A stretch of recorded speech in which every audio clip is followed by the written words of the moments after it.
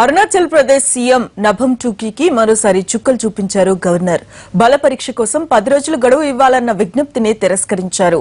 ఎట్టి పరిస్థితుల్లోనూ ఇవాళ అసెంబ్లీలో బలం నిరూపించుకోవాల్సిందేనంటూ ఆదేశించారు. ఓవైపు అసంతృప్తులు, తిరుగుబాటు ఎమ్మెల్యేలు ఉన్న చోట ఇంత తక్కువ వ్యవధిలో బల నిరూపణ సాధ్యమేనా అని డైలమాలో పడింది కాంగ్రెస్ పార్టీ.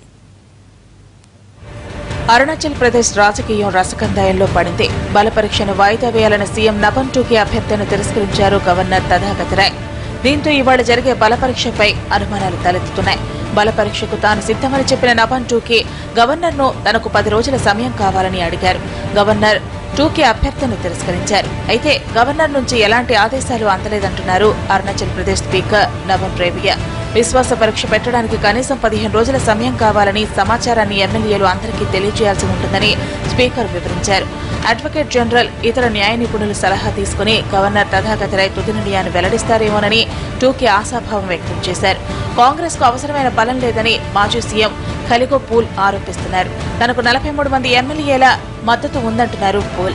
ఈ ఏడాది జనవరి 26న అరుణాచల్ ప్రదేశ్ లో విధించిన రాష్ట్రపతి పాలనను 2 రోజుల కిందట సుప్రీంకోర్టు రద్దు చేస్తూ తీర్పిచ్చింది.